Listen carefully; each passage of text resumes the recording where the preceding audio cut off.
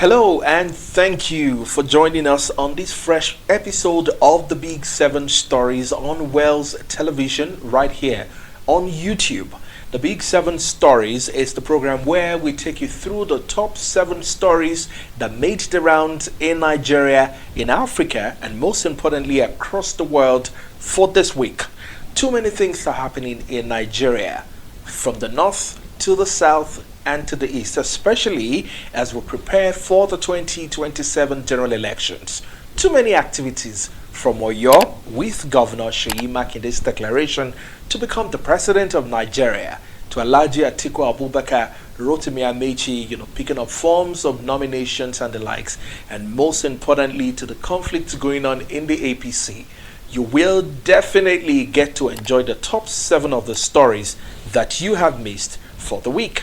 My name is Oyo Ojo. Now subscribe to this YouTube channel. All you need to do is to click on the subscribe button, but right after that, remember to turn on post notification so that whenever we drop a new video, you watching will be the first to get notified. Let's dive straight into the top 7 stories for the week. Alright, we begin with our number 1 story for this week, and of course we're starting from Oyo State.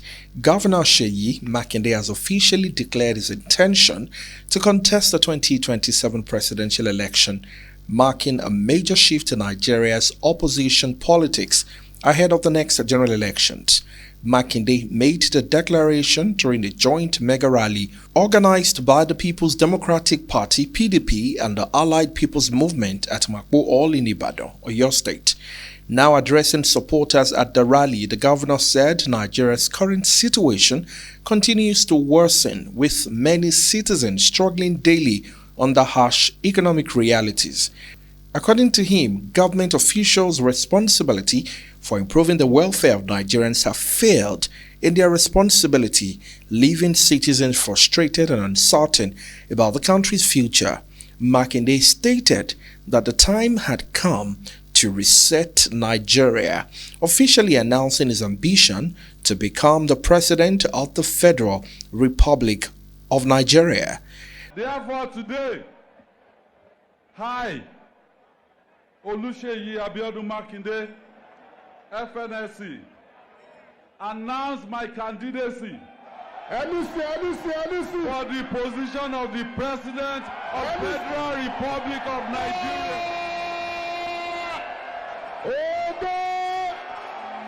Under the PDP APM alliance.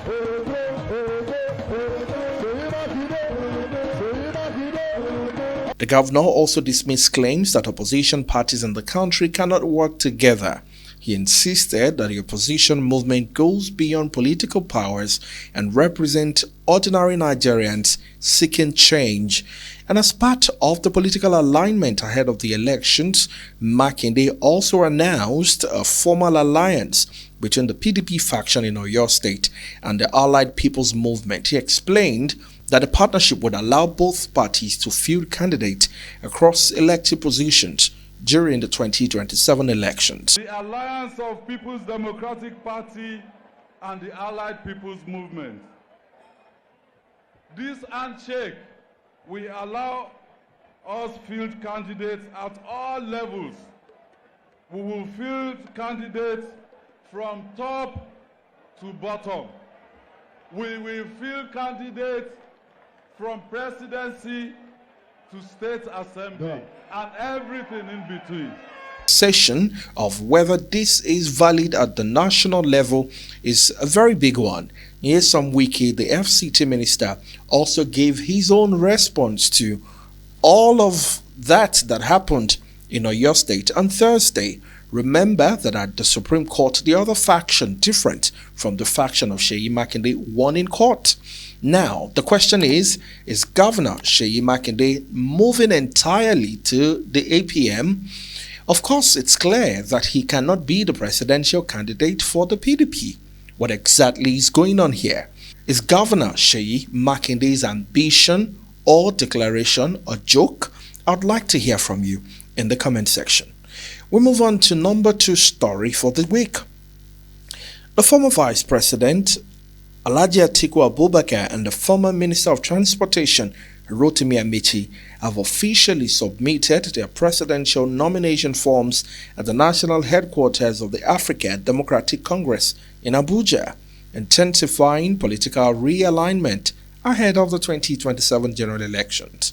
Atiku described his ambition as part of a broader national movement aimed at restoring prosperity and rebuilding Nigeria, calling on Nigerians across ethnic, religion, and of course regional divides to support the ADC's vision of the country. Amechi on his part promised to transform Nigeria within 4 years if elected, insisting that competence, experience, and performance rather than ethnicity or political sentiment would determine the outcome of the 2027 elections. Big time in politics. What an interesting time. At the moment, we can see Alhaji Atiku Abubakar, who already made it clear that this is his final shot at the presidential race in the history of Nigeria. Should we take his words for it?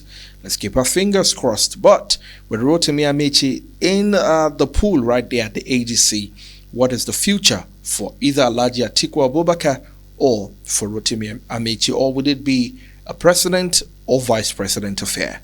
We keep our fingers crossed.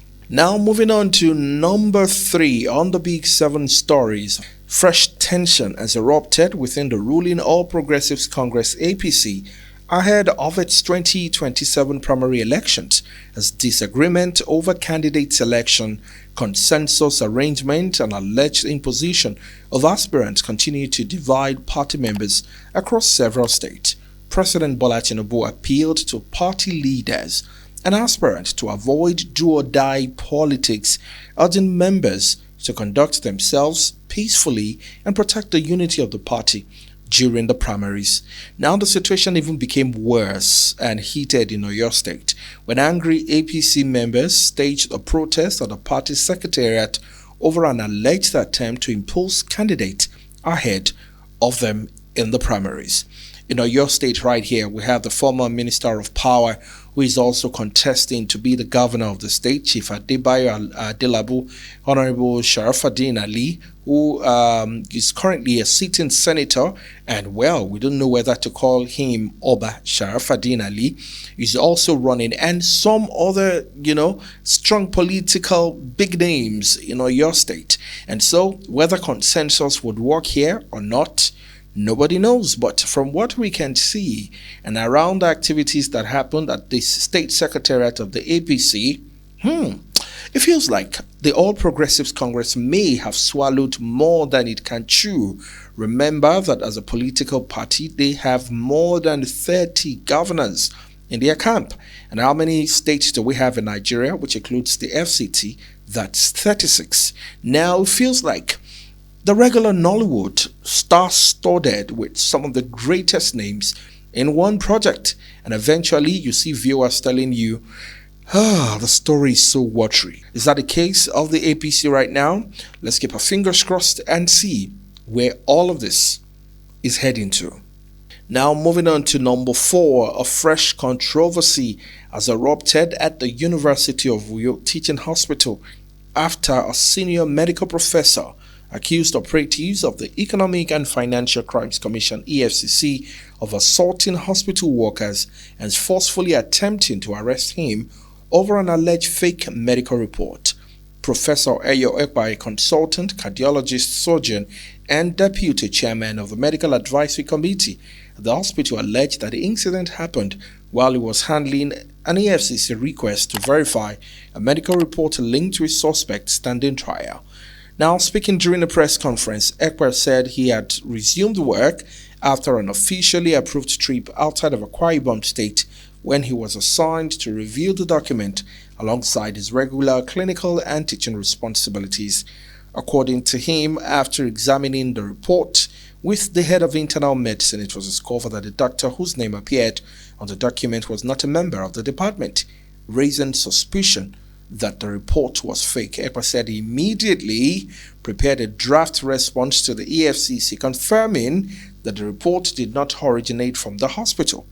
However, he explained that the document still needed approval and official endorsement from the hospital's chief medical director before it would be released.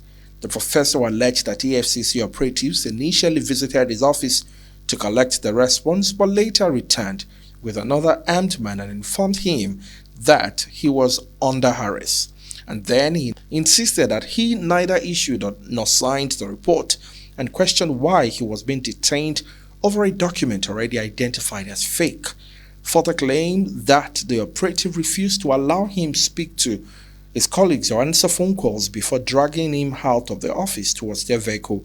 And according to him, hospital workers who witnessed the situation attempted to intervene, leading to a confrontation between staff members and the operatives of the hospital. Now, the professor alleged that the armed and masked reinforcement later arrived at the hospital, causing panic among workers and patients. Well, the chief medical director of the hospital, Professor Emambasi Bassi, confirmed that Ekpa and 4 other workers were arrested without prior notification to the hospital management. And in its own reaction, the Economic and Financial Crimes Commission, EFCC, denied wrongdoing, stating that its operatives only visited the hospital to verify a medical report submitted by a suspect currently facing trial. And now, who do we believe? The hospital or EFCC? This is not the first time that young Nigerians would complain of Boston, as it is usually called in street parlance, that the men of the Economic and Financial Crimes Commission would walk into their facility and drag them out on the grounds of, cyber crime and so on and so forth. But if you do that to young Nigerians and call them Yahoo, allegedly, how do we describe what happened at the university right there in Akwa Ibom? Well, that's the Big 7 story for the week. I'm sure you missed that. If you don't know, now you know. Now moving on to number 5, Ogun East Senator Gbenga Daniel has issued a direct and public challenge to Ogun State Governor Prince Gbajabiamila, calling for a live television debate ahead of the 2027 general elections in what is fast becoming a high-stake political showdown within the ruling All Progressives Congress. Now, speaking during a live television interview, Daniel insisted that the governor must meet him on national television to defend his policies and leadership record, warning that refusal to accept the challenge would be interpreted as an admission or political weakness. He accused Governor Abiodun's camp of avoiding accountability and called for an open, unscripted debate where both men would face questions on governance, performance, and the future of Ogun State. Would you like to see the former governor, Otumba Gbenga Daniel, and the current governor, Prince Gbajabiamila, face to face on national television for a debate? Well, let's be honest, I'd love to see that so we can clear loads and loads of issues that we have on ground in that state. Now, if you are still watching the Big 7 stories right now, you are the real fan. Thank you so much, and God bless you real good. Now, remember to subscribe if you haven't. All right, YouTube has made it clear that we have more people who watch our videos, but do not subscribe. So if you are one of them right now, the subscription button do not come with an extra data charge. Just click on the subscribe button, and of course share, drop your comment. You would help the algorithm to recognize us even better. Thank you. Now moving on to number 6 in Lagos State, the Chief of Staff to the President, Femi Gbajabiamila, has revealed that he nearly lost his job over allegations linked to actor turned lawmaker Desmond Elliot during the political crisis that rocked the Lagos State House of Assembly. He made a disclosure in a video circulating on social media where he recounted how President Bola Tinubu questioned him over intelligence reports connecting Elliot to the State Assembly internal power struggle. Gbajabiamila said President Tinubu confronted him during the height of the speakership crisis involving the impeachment and later reinstatement of Speaker Mudashiru Obasa in Lagos State House of Assembly.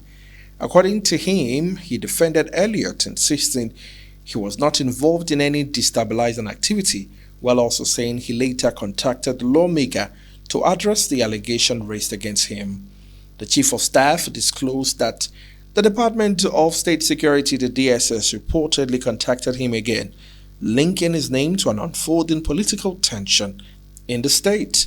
He added that he asked Elliot to publicly clear his name, but said this has not yet happened.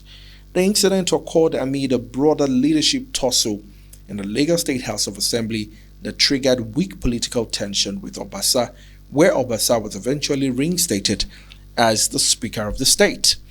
Now, finally on the Big 7 story, let's touch down finally in Oyo State.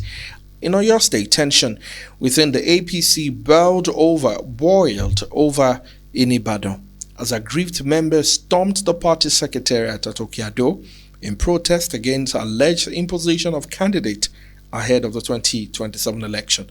The protesters accused party leaders of sidelining internal democracy and allowing money and influence to determine who gets the party ticket. The situation quickly escalated into chaos, with reports of violence and destruction at the secretariat, including damaged vehicles and shattered windows, as members warned that the party risked repeating the internal fractures that affected its performance in the last election. Well, that's all we're seeing right here when it comes to politics, not just in Oyo, but even across the nation. As you remember that the first part of the story where we talked about chaos, crisis, and the APC on primaries. Well, this is the week of the primaries, so you can be sure that by the special grace of God, that is if Christ tarries, we will be back again here next week to highlight some of the new development, who is representing this party, at what level, and at what level we would definitely be tracking all of that for you. I want to assure you again that you can go to bed to sleep and come back again on Saturday, because the Big 7 stories would have done all of the capturing for you.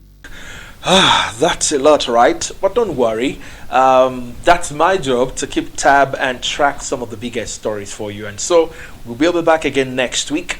Remember to recommend, share this video, drop your comment, your thought, would like to read from you, all right? And most importantly, on Facebook, we have a Facebook platform also, Wells Television on Facebook. Please like, follow, and of course be a part of the great family. I'll see you in the next one.